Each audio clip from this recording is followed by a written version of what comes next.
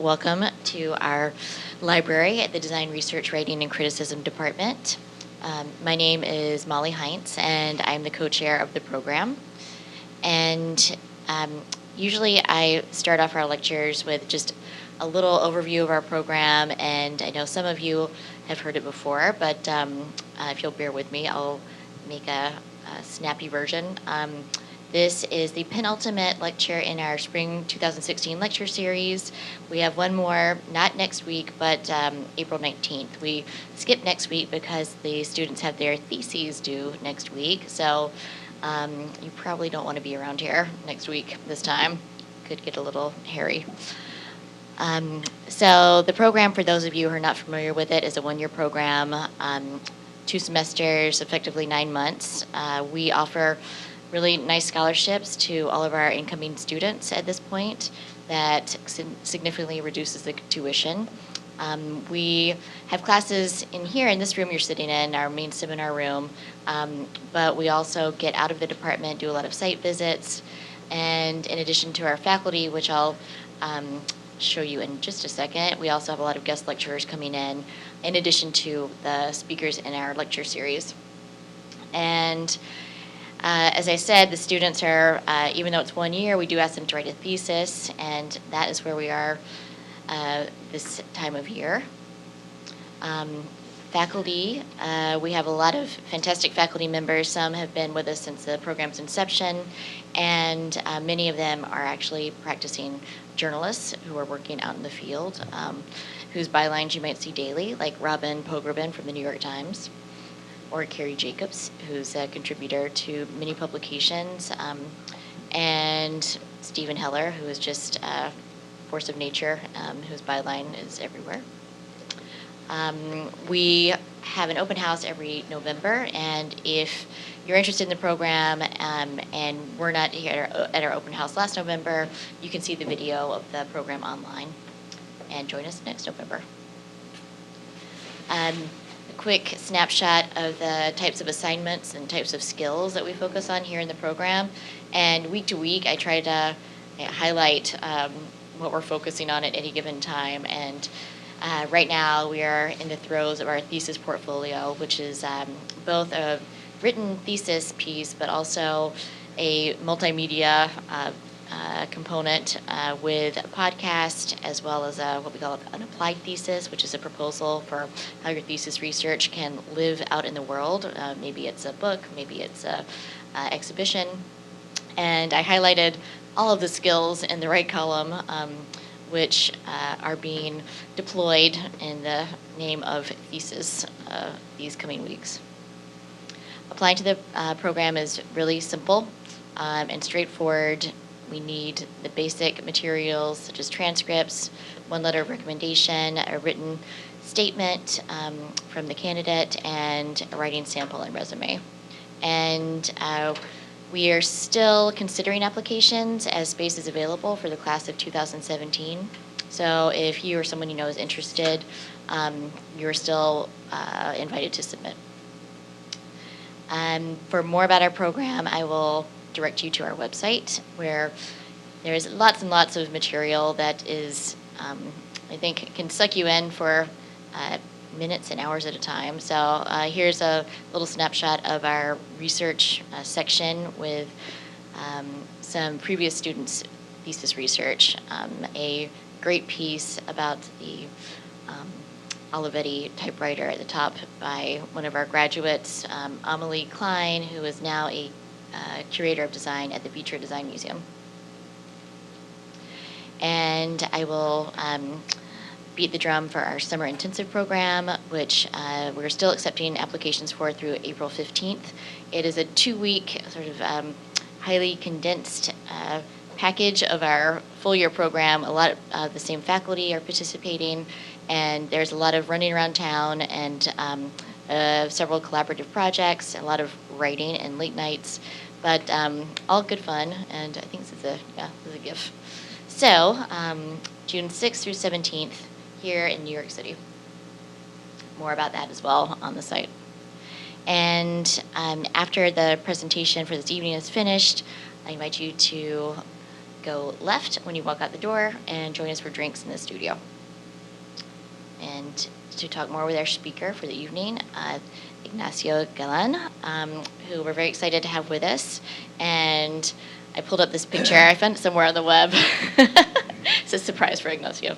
But this is Ignacio with his colleagues from the After Belonging Agency, with whom he is curating the Oslo Architecture Triennale that is opening in September, which I'm really looking forward to, and I think will be a really exciting event that already has a lot of momentum around it. And in addition, Ignacio runs his own practice, and he is also very active, and he knows a lot about theses. He's finishing his own PhD thesis in Madrid.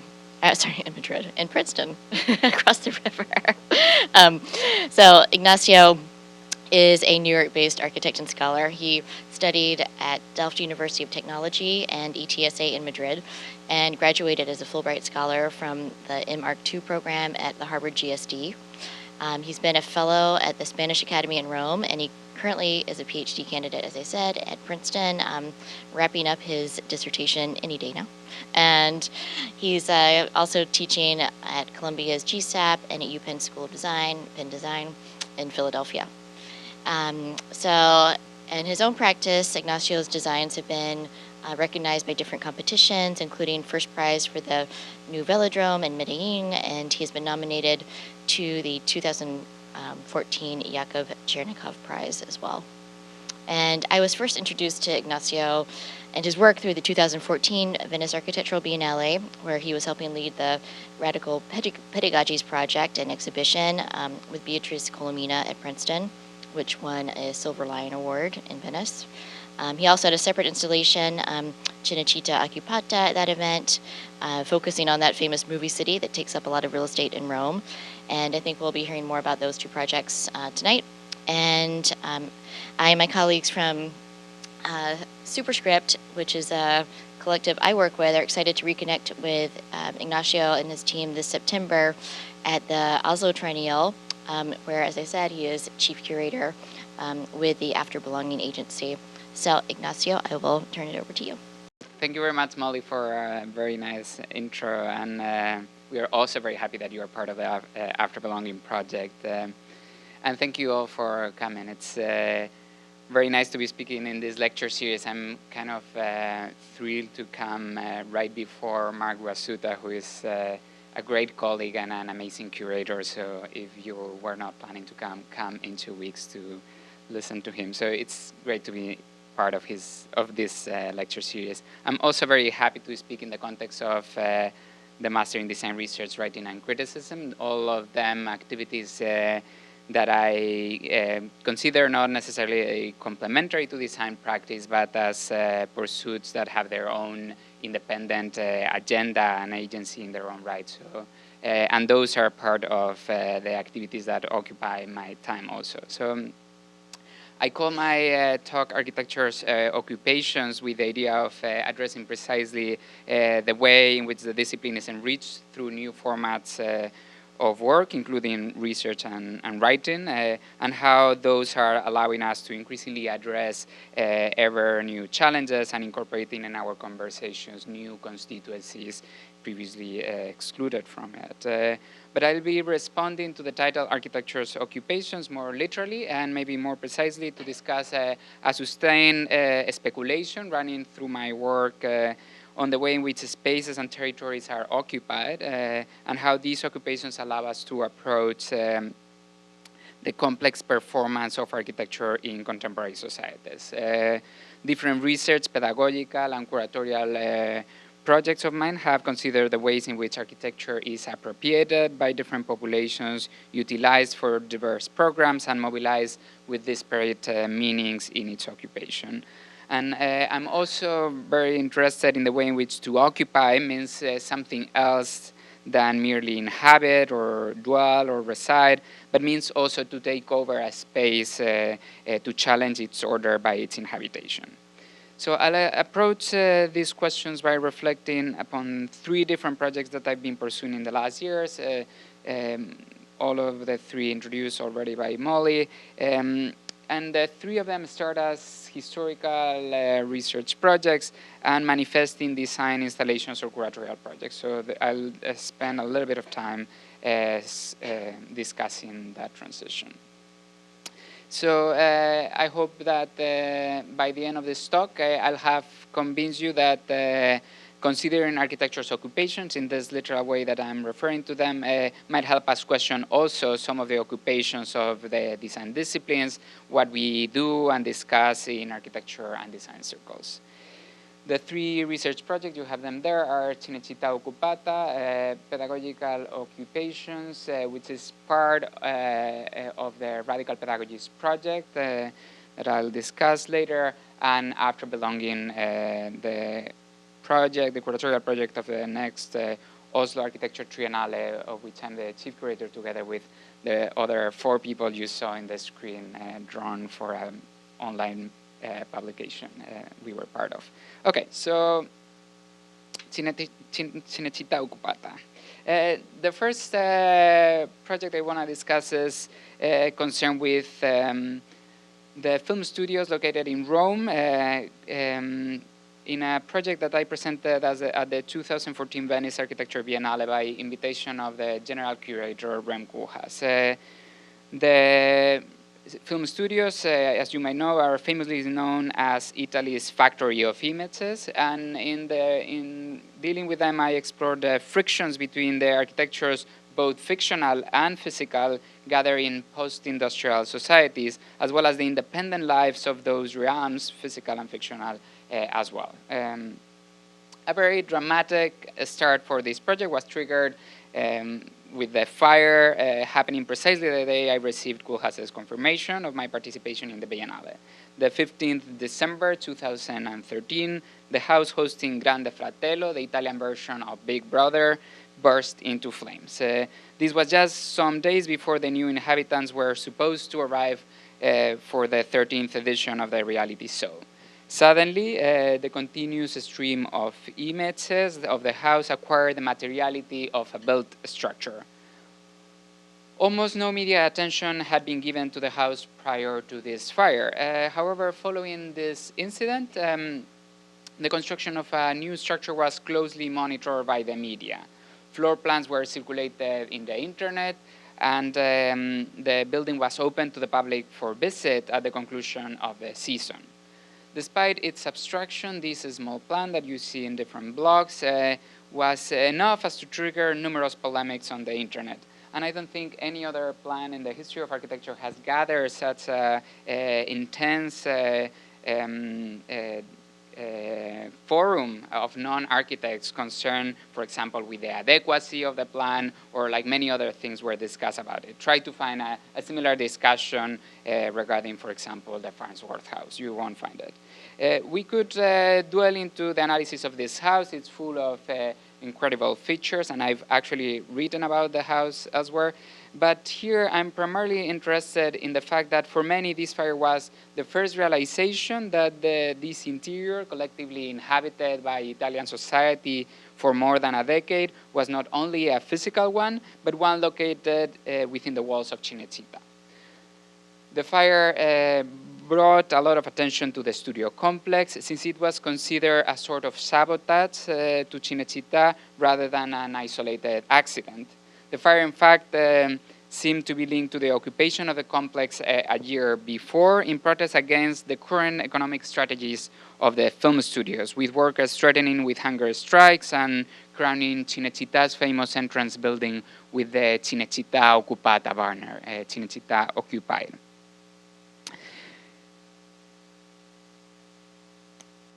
The physical occupation by workers and the occupations triggered in Italian society by these other workers is what concerned me in this project. And I call these also workers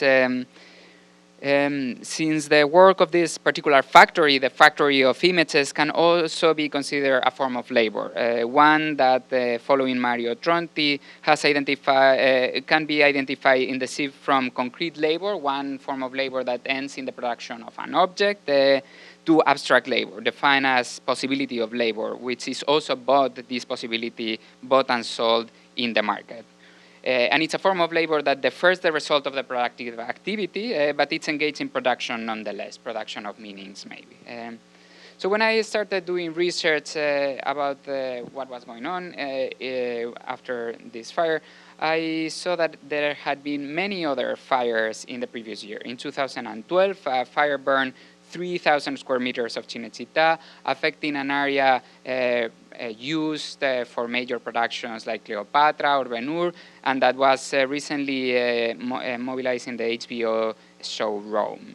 In 2007, another fire damaged Studio 5, famous for many of you maybe for the productions that Federico Fellini filmed in it, and now primarily rented for TV productions. Even before, another fire had affected what used to be the studios of Dino De Laurentiis. Just some days before, Cinecittà bought them for the construction of the amusement park Cinecittà World.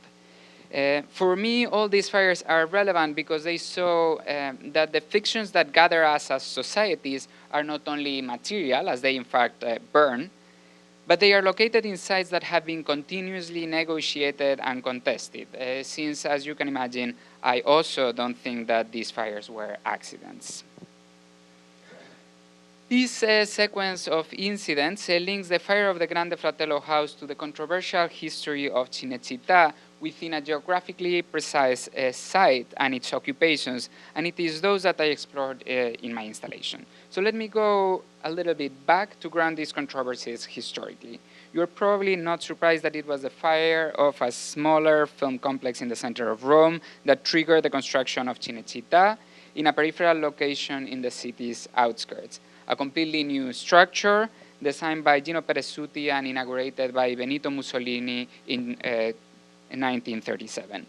The structure was presented as a casa, a house for the needs of the industry, but the ambitions of Cinecittà greatly exceeded those of mere infrastructural support, as film was supposed to become the regime's strongest weapon. That's what the gigantography claimed, with creating a common roof of shared images, offering another form of house for Italian society to gather. And this is something that the drawing of the complex encapsulates with the grid that defines its organization, standing not only for the internal articulation of the different functions that were supposed to be hosted in the site, but also emphasizing the possibility of outward expansion, with its street extending to accompany the distribution of fictions throughout the territory. And yet this expansion was not built through the spatial continuity of these streets, as you can imagine, but through a number of cinemas that were increasingly built throughout the period in Italy. In fact, a big number of structures were built by the fascist regime, and many other congregational spaces transformed for this purpose. And it is significant that these structures were also regarded as houses, in fact, bigger houses, case più grande, and that's how they were called, spaces collectively housing the audience, physically occupied by the audience, and in which houses were simultaneously experienced and imagined by the audience. In fact, in order to consider the occupations of the studio complex, it's important to regard all the domestic interiors that Cinecittà put in motion throughout the period, since I would like to argue that these spaces in film were the ones that offered a casa for Italians, the one that gathered them. And they did so by offering to Italian population diverse styles and alternative ways of living with their corresponding occupations. It is significant that these spaces started to concern architects and architecture critics at the time.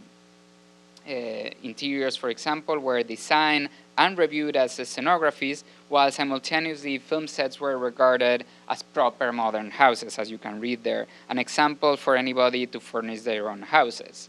Writing for the magazine Cinema, for example, a German film critic Rudolf Arnhem, that was living in Italy at the time, concerned himself with the centrality of design interiors, both within the narrative of the film, but also in the houses of the audience for whom these designs should be made available. And I'm quoting, you can read there, spectators pay 2 lire for a seat in the theater. Do you want them to pay 500 for a lamp? And here I'm interested in the arbitrary condition of these links between imaginary and physical occupations as they were constructed contingently through film. With Arnheim and Persico imagining that scenographies in films should not only be meaningful for the scripted occupations crafted in the film, but should also be mirrored to allow crafting the occupations of the audience, here considered as a material problem, a problem of having the money to pay for them. The design of these interiors is something that has concerned my work as a historian extensively and is in fact one of the topics of my doctoral dissertation to which Molly referred.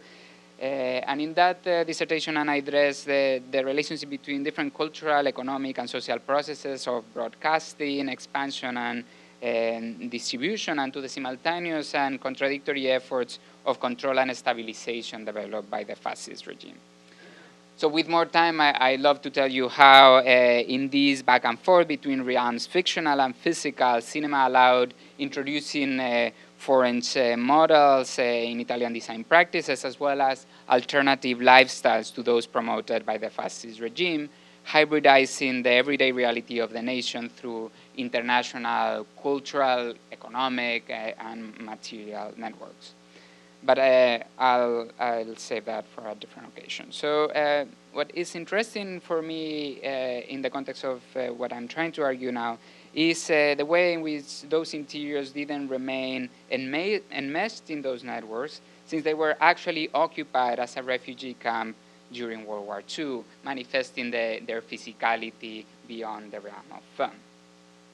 The friction between fictional and material interiors didn't end there and took many other forms throughout the consequent history of the studios. One example is the way in which as big American productions, such as Ben-Hur in the screen, were shot in the studios during the post-war, using many of the refugees as actors. In fact, the frictions with the impoverished Italian context multiplied. The physical materialization of these fictions manifested when workers that wanted to participate as extras in the movie protested in the walls that enclosed the complex.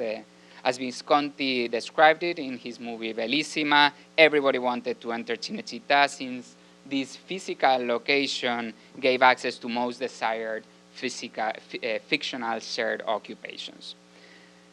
But these frictions manifested not only in the studio's golden age, but through their decline as well. With the rise of private television in the country, the studios witnessed a couple of decades of irregular productions, and they were eventually privatized in 1997. Cinecittà remains since then an unstable enterprise. And I'm featuring here some news that talk about the way in which at the time of the fire of the Grande Fratello house and the opening of the amusement park Cinecittà World, which offer new spaces for Italian society to gather, the government loaned the studios more than 15 million euro, 25 cents per inhabitant, offering a different way of bonding Italians together materially, if only now economically.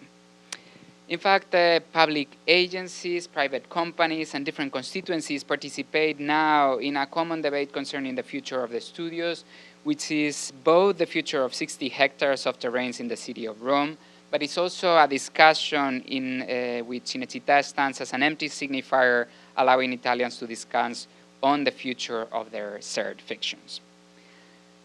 These episodes illustrate some of the cases I addressed in my installation, in which I attempted to put on the table the relationship between the spaces circulated by film on the one hand, and on the other Cinecittà as a fragment of the city and a common space of labor, subject to physical occupations as well, in the way that I've been discussing it. However, one thing, as you know, is to draw historical genealogy or to explore a critical polemic, and another one is to represent it in the form of an installation, which was a challenge I had to face for the Venice Biennale. And still, I'm always equally interested in the production of research and the advancement of architecture's areas of speculation, as with the design platforms, the design of the platforms with which such knowledge is produced, shared, and discussed. So that's what I attempted to do. With that goal, I represented the different polemical episodes I've been describing and others that I didn't have time in a big scale model featuring different scenes like this ones, and accompanied by a guide which aimed to lead a conversation around that model. The installation was located in Monte Italia, a show that occupied the whole Arsenale, featuring different fragments of Italy. So each of those sections that you see mark a section of the Italian territory. In its built manifestation, the installation attempted to address the relationship between the borders of this space of exception, the ones we've seen acting to prevent the extras to enter, and the exceptional spaces of film sets in this architecture that mediated between a fence and a scaffolding.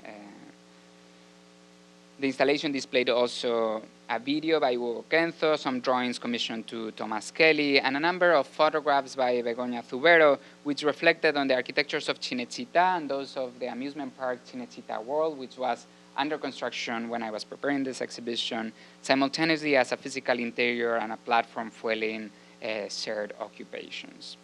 Ultimately, the project considered Cinecittà as a laboratory for the collective scrutiny of architecture's role in post-industrial societies, a laboratory that characteristically puts in friction these different types of spaces gathering in societies, and one in which this relationship is continuously negotiated and contested through these specific architectures. Okay. So the second project I want to discuss with you today concerns architecture pedagogy. And I want to use it to explore how the shifting interests of pedagogy, the changing occupations of architecture, led to reconsider the spaces of pedagogy as well. So it was not a concern only on the discussions of architecture pedagogy, but on its spaces, and how those spaces were occupied as a form of protest. I will focus on the pedagogy of the School of Architecture in Valparaiso, the one you have in the screen, which was part of the Radical Pedagogies project, to which I will later refer in order to contextualize my work. So on June 15th, 1967, students and faculty together took over the School of Architecture at the Catholic University in Valparaiso. Their manifested discontent was a response to the role that higher university authorities were playing to prevent the development of a pedagogical program that the faculty of the School of Architecture had developed since 1952. As stated in the manifesto that was signed by faculty and students together, the school had managed to found, and I quote, a real and concrete community of life by faculty and students fighting to establish in the American land a place where freedom to study and the openness to our reality would be possible, end quote. Led by architect Alberto Cruz and Argentinian poet Godofredo Yomi, the school's project had consistently sought to destabilize the university throughout those previous years with a pedagogical practice that obliterated the boundaries between learning, working, and living. Some of the premises of this university revolt resonated in those seeking educational institutions elsewhere in the world 1 year later in 1968, those you know very well. However, despite their similarities, including a consideration of the student's role in higher university, in higher education, their demands differed in the core of their ambitions as the school leaders rejected the revolutionary political ambitions of the 1968 revolts, and I'll explain what I mean with that. In fact, as the faculty members in Valparaiso repeatedly clarified, rather than aiming to change the world, as the 1968 revolts tried, they were guided by a desire for a change of life. They did not advance any sociopolitical form of engagement with their historical context, but alternatively sought for a different productivity of our architecture that could overcome this context.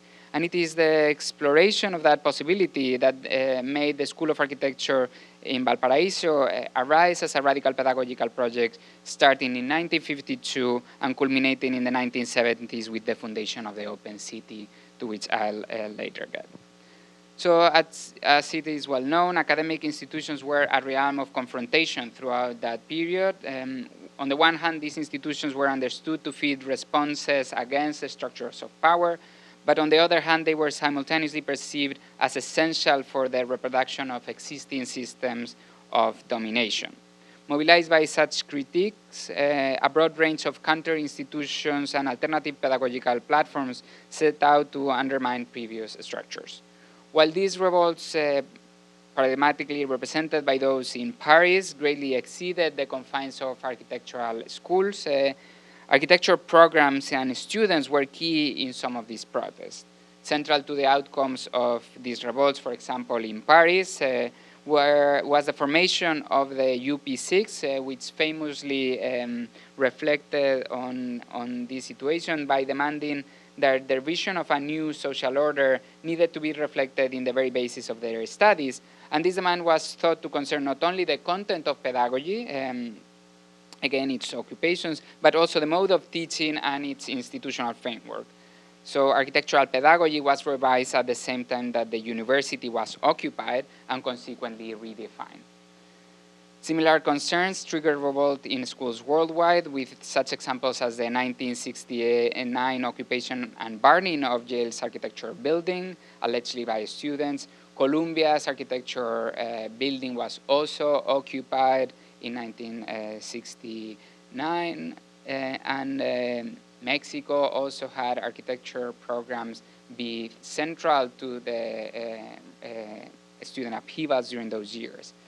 The occupation of the spaces of pedagogy in Berkeley also remains another paradigmatic example, and I'll spend some minutes here. Starting in the 1960s, Berkeley had become a heated center for student protests in strikes, beginning with the emergence of the free speech movement in 1964, and with the students embracing a wide array of causes.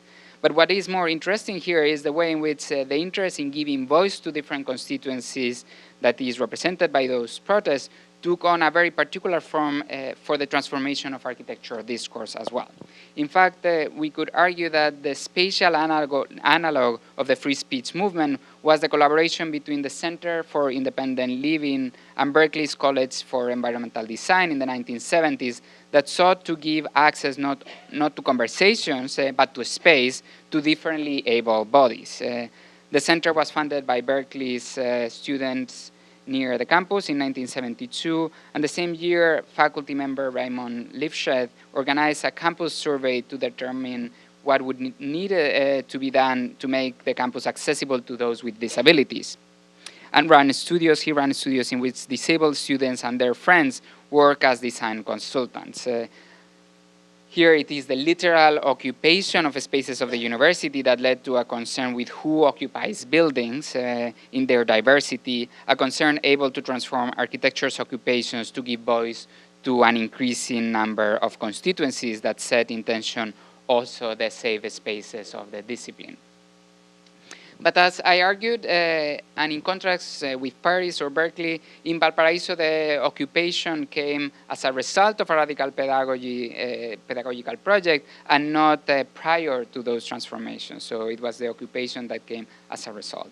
If Paris was a response to the Beaux-Arts school and its incapacity to address the contemporaneous social challenges, this pedagogical experiment in Valparaiso responded to the implementation of modern architecture in Latin America, which they thought was reducing architecture to Western models of progress and narratives of functionalism.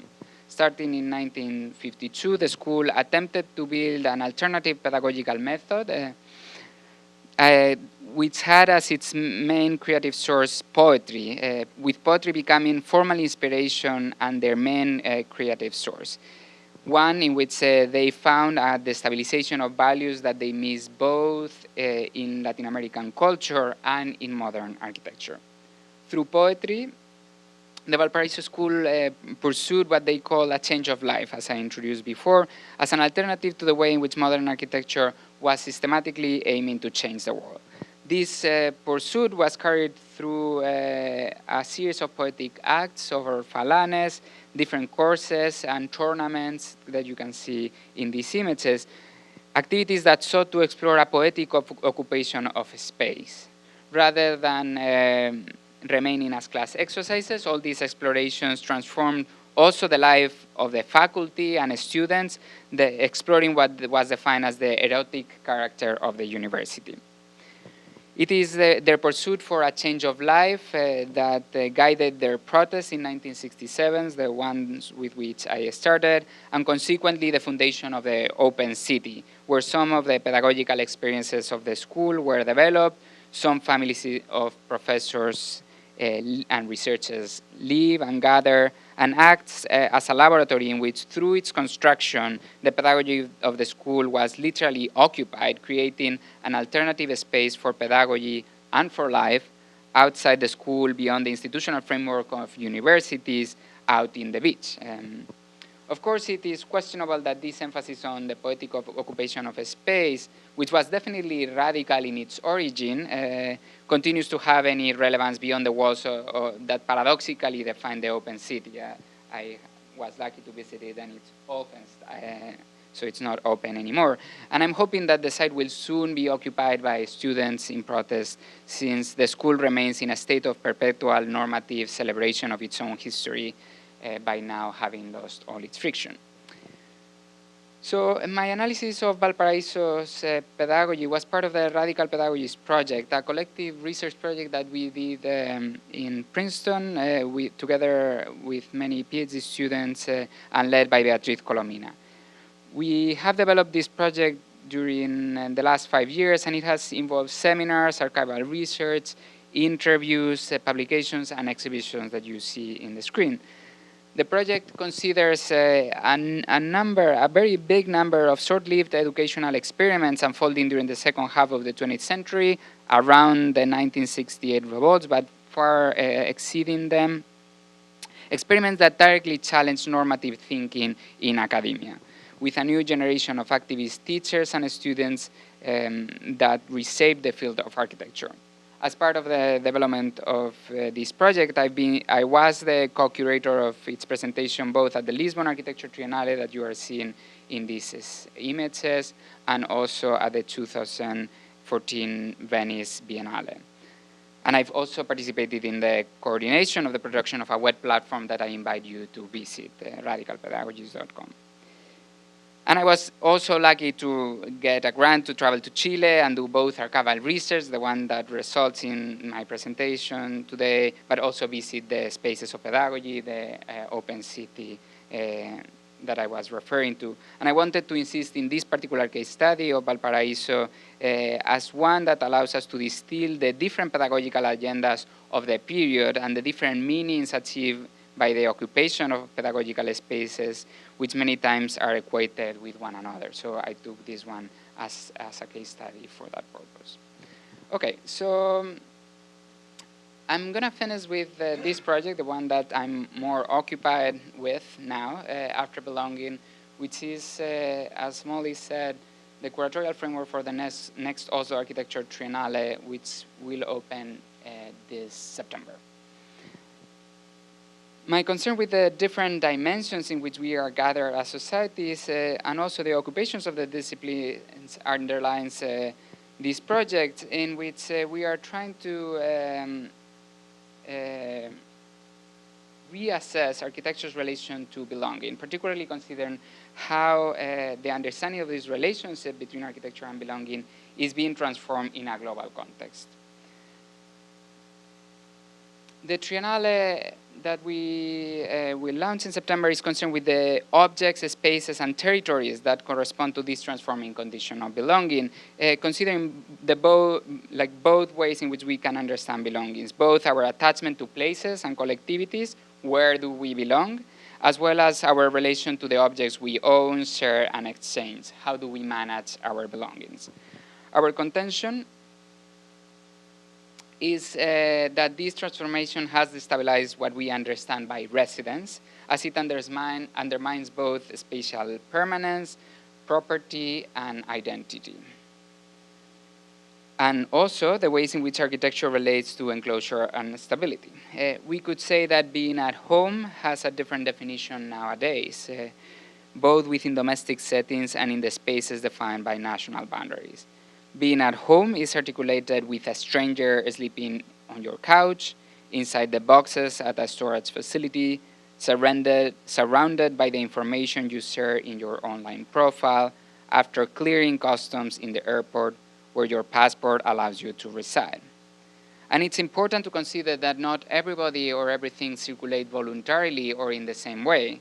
So circulation brings greater accessibility to remote territories or more diverse goods, and it simultaneously promotes human unsettlement and growing inequalities for large groups which are kept in precarious transit, and migration and homelessness are key concerns of our project. We are organizing this Triennale around two main blocks, an exhibition on residence and a program in residence. The first one provides a still image of the condition that I'm trying to describe, and it will be organized around 5 main topics through which we want to consider the different media and scales articulating this transformed condition. And I'm going to explain briefly these 5. The technologies of a life in transit, which addresses, among others, digital technologies and online companies together with their systems of organization, such as community-driven hospitality companies or new forms of sharing. The markets and territories of the global home, which considers the material transactions associated with this global residence, considering, for example, migrant neighborhoods or real estate speculation. Borders elsewhere, which addresses how the enclosures of our communities are defined in forms reaching beyond the material construction of walls alone. Sheltering temporariness, which defies the association of residence and permanence in diverse situations ranging from refugeeism to tourism. And these 5 try to address, as I was saying, very different scales and provide a cross-cut of the discipline's concerns today, while remaining focused on a very concrete investigation. But we thought that mere description and analysis of this reality that we are interested in would not be enough. And thus, we wanted to explore what would mean to not only do a Triennale dedicated to explore residence, a Triennale on residence, but to do a Triennale in residence, different from most in-residence programs, which offer a period of retreat from daily activities to advance a personal project. We wanted to explore an architects in residence program as a way of testing our protocols of work in global contexts and forms of engagement with distant realities that are characteristics of our contemporary world. So with that purpose, we are considering a series of case studies, both in Scandinavia and across the globe, and have selected a number of teams through an open call to test intervention strategies that range from spatial prototypes and digital protocols to legal procedures, among many others, with the idea of transforming the Triennale in something that goes beyond retrospective analysis and becomes a design research platform incorporating young experimental practices. And it is exciting to see that even before the Triennale opens to the public, reporters and intervention teams are working and generating knowledge about the particular sites that we've selected. So I'm going to go briefly through some of these cases as an illustration of our concerns. One of our case studies is the Asylum Seekers Center in Oslo. And we are interested in the way in which this architecture makes transparent the relation between social concerns, policies, legislation, and the technologies that allow us to access and participate in certain spaces. But how are these centers designed? Well, there is no specific legislation. The only condition established by the administration is that they have to be sparse and safe. The facilities are mostly old institutions and are mostly now operated by private commercial agents, which regulate the concept of sparseness through spatial efficiency economies, and this has led many of the centers to report the decay of their buildings. Something that is significant is that the occupations of the center are an index of current international conflicts, which are replicated in the frictions provoked by the very tight spatial standards of the centers. Inhabitants coming from opposing factions often translate their struggles in the center spaces, and these manifest in the decoration of rooms, for example, which is sometimes thought to be offensive for the other inhabitants of the center, or in attempts to take control over broadcasts or internet use, mediums which subvert the definition of the centers as a neutral soil. And from the design of their distributions and the management of their common spaces, our goal in this case was to question how architecture mediates the provision of what is conceived as temporary shelter when temporariness becomes the mode of inhabitation and occupation for many. So when selecting the intervention strategies for this case study, we were interested in this one by a group that challenged the isolation of the center, devising strategies for its residents to appropriate the city with a urban guide that they define as a urban guide by and for asylum seekers. And this one other strategy that challenged the existence of the centers in the first place, developing complex legal negotiations to redefine the way in which the administration manages the provision of shelter, which in Norway is a mandate dictated by the law. And we were interested in the way in which each of these two developed new tools to address the particular urban and architectural challenges that the case was putting on the table. In Kirkenes, another of our case studies, we are interested in the way in which a strategic geopolitical territory is occupied by shifting populations of temporary workers, scientists, and tourists that circulate in parallel routes to the flows of resources and money. And here we have selected an intervention strategy proposed by a group of Goldsmiths researchers that is addressing the site's economies and ecologies in the interest of a future transnational ecopolitical citizenship with tools that range from new mapping techniques to spaces of assembly. Home sharing platforms are another of our concerns as they offer new forms of cohabitation that challenge the relationship between residence, commerce, and ownership. It's interesting of this case the way in which what occupants are seeking is not simply to rent a sofa bed, but to rent the authentic experience of temporarily being a local. But this offer of authenticity has also triggered criticism, of course. Some reports point out that the service increments housing shortages and hides how rental prices are rising so high that it's impossible for many to pay their rent without the supplemental income provided by this service. In a way, these questions render visible a controversial reality behind this welcoming and inclusive rhetoric of belonging anywhere. The project developed by this site by a brilliant American group addresses this particular question by dealing with the processes of commodification triggered by the so-called sharing economies.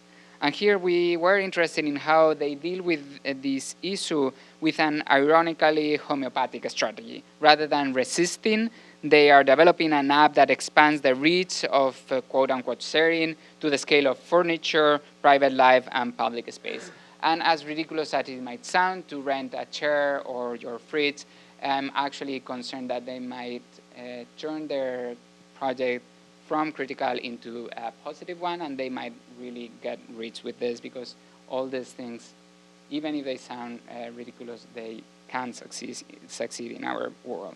So in Oslo's airport, another of our case studies, a group of Spanish designers are calling attention to the ways in which its spaces can control and generate human behavior and interactions. And we are interested in how, through the design and deployment of site-specific services, they are aiming to facilitate dissident and critical behaviors. Other examples range through very diverse realities and consider, for example, how the neighborhoods of some European cities with high concentration of migrants allow us to understand how the realms of domesticity and identity are negotiated within diversity. The 1 million residences built in the 60s and 70s by the Swedish government to alleviate housing shortage in the country at the time are one of those cases. And we want to study how the standardized design of 2 to 3 bedroom apartments originally created for Swedish families have been enriched and transformed by a diversity of populations. In a way, with this case, we want to question the scales and technologies involved in these transforming occupations whose effects reach beyond new decorations and typologies and result in diverse uses of public space and digital networks of support. Other cases that I'm going to go through very quickly include the Dubai Healthcare City, the technological religious communities of Lagos, the domestic factories of Prato, which is the largest Chinatown in Europe, where the made in Italy is manufactured, not precisely by Italians. The mini storage facilities of Manhattan, very close to us, surrounded us. And the architectures built as remittances in Colombia, which more than by people, they are occupied by the desires and aspirations of transnational families and communities. The questions posed by all these examples involves architects and designers, as our work is located in the intersection of legal, virtual, and physical environments, defining documents, visualizing processes, and designing the artifacts that define these spaces of residence. Our work as chief curators for this Triennale has been to craft a platform for the discipline to reflect upon these implications, identifying the topic, the frame formats, and the case studies, with the hope of contributing to understand the ways in which we might participate as architects in the articulation of this common global residence. And if you have followed me, I want to argue that the design of these spaces sometimes involve new architectures, but mostly require from us to rethink what are the scales and technologies through which we conceptualize and intervene in their changing occupations. So I started with the squatting of Cinecittà, considering how the occupation of fictions enters in friction with physical space. And I've additionally considered how the occupations of the discipline were discerned and contested through the occupation of its institutions and spaces. But the broader approach to occupations I have tried to trace in this lecture includes also, and more broadly, a research agenda to discuss architecture's relation to the construction of places and communities from very different perspectives. And my intention is to explore the implications of this understanding through the tools opened by architecture research, understanding that one can occupy and challenge not only spaces, but occupy also architecture's conversations, discourses, speculations, and imaginations, ultimately challenging the occupations of the discipline, architecture's occupations. Thank you. Does your firm mainly research these issues, or do your collaborators actually build structures to try to influence the situations? When you mean the situations, you mean the last case studies? Well, the most recent work that you're doing, yeah. We are not involved in this as design enterprises necessarily, but that's why we wanted to launch this competition to call for people that were doing that kind of work or that were interested in developing it, because sometimes we are lacking the platforms that allow us to develop design research on those questions. So the goal was, in that sense, not only to show what's going on in the world, what are the kind of transformations that our contemporary residences are undergoing, but also to try to intervene in those. And since we are not doing the work here, we are acting as a research, as a curatorial platform, offering space for others to develop that work. Can you expand on that a little more and talk about the after effects and what you either are hoping to achieve or what you might predict? Yeah. So, I mean, I guess that was key. Like, this curatorial project was the result of a call that was launched by the Oslo Architecture Triennale in the fall of 2014. So 1.5 years ago. And at the core of our proposal was precisely to turn the Triennale in something that would have a larger life beyond the 3 months that the exhibition lasted. And that's why, from the very beginning, in the title of the Triennale was this idea that it was a Triennale on residence, but also a Triennale in residence.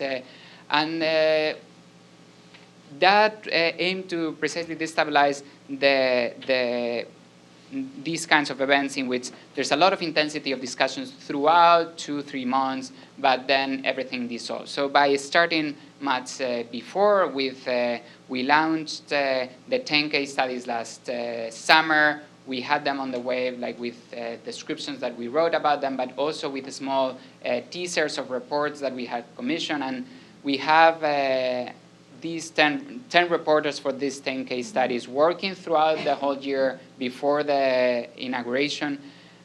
So we wanted to start a conversation before, and we've actually managed to have different studios in the School of Architecture in Oslo, for example, be related to our case studies. Even Gro Bonesmo, a Norwegian designer that is now teaching at Columbia, did one studio related to our curatorial framework. So we are trying to expand the conversation by making it start before the Triennale opens. And now if you follow us in social media, you'll see how there's many people working on these projects in order to produce knowledge rather than merely have an exhibition opening in September. And the idea is that these projects that have started to work this last January will end next December, at least in the part that we have funded. Like we funded them for 1 year of work, but the idea is that this work could open for them a new area of exploration that could expand after. So we are starting the Triennale before, but also hoping it will not finish until, not finish with the closing of the exhibition. The idea was to do 2 books, one to be launched in the opening of the Triennale, one to be launched at the closing of the Triennale with the knowledge that was generated throughout those months, but as an editorial, as a publishing enterprise, it didn't make too much sense for our publisher, so we will only have 1 book, but we will try to continue to gather the knowledge that is produced through other media after the Triennale. So Cinecittà, I arrived to Cinecittà from my dissertation.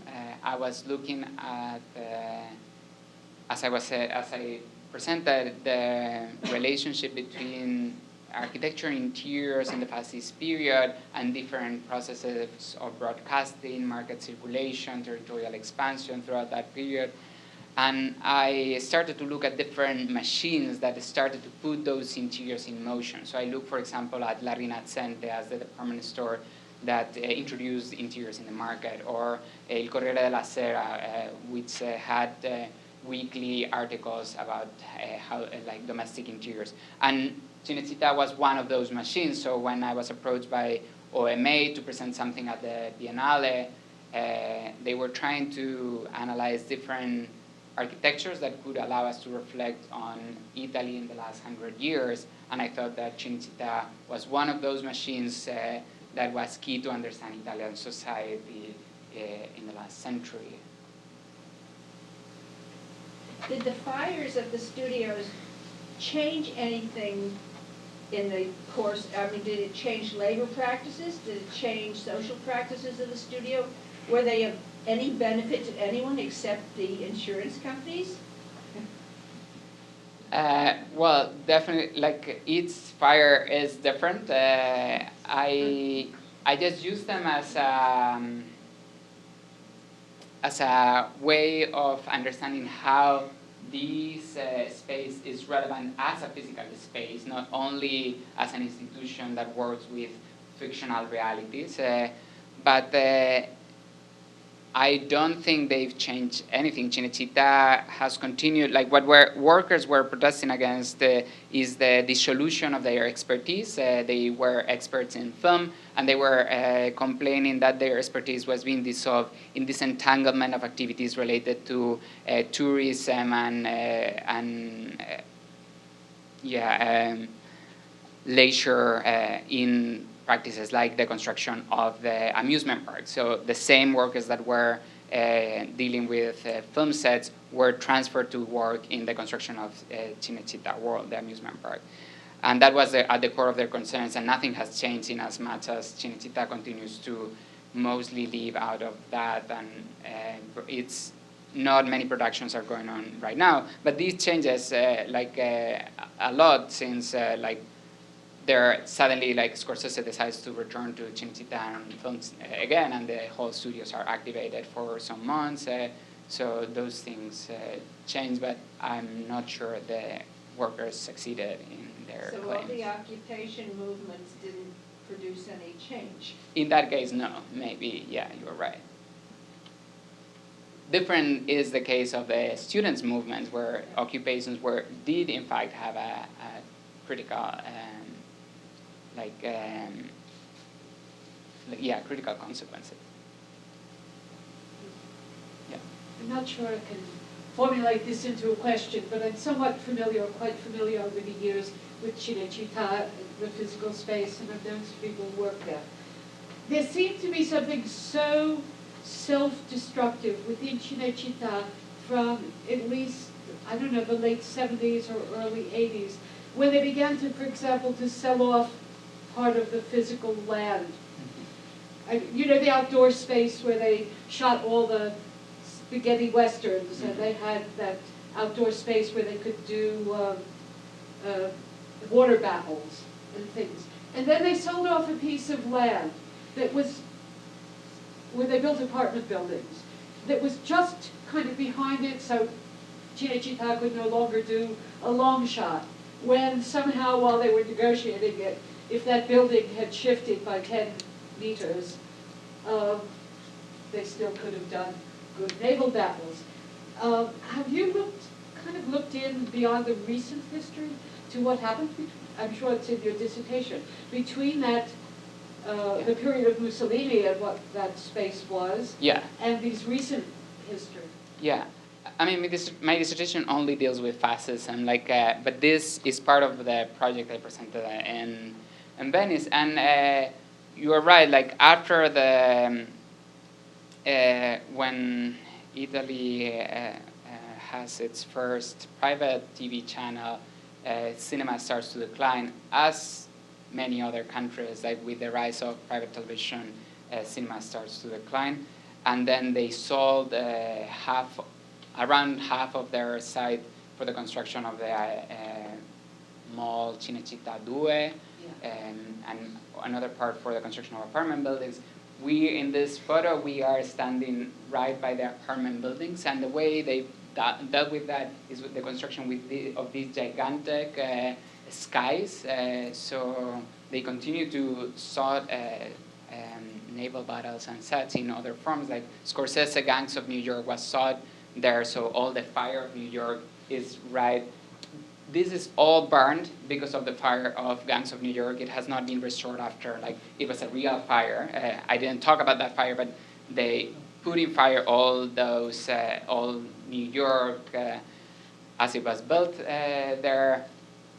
The only piece that stands is the sky, and I was very interested in those skies that are at the same time a physical construction that prevents you to see all the construction behind them, and are the illusion of this space of exception, or allow for the illusion of this space of exception. And that's why in the installation there is this big scale sky. The only thing, like, if you walk fast through the Arsenale, if you have only 30 seconds to see my installation, the only thing you saw was this big sky hanging there. So yeah, I'm very interested precisely in how all these relationships between real estate and the fictions that allow those. Labor practices Yeah. and labor rules that made it really expensive to work in Cinecittà. Wait, is this going to be a book? Right now, I'm not working on the project anymore, only in what concerns the fascist period. It's fascinating research. Thank you.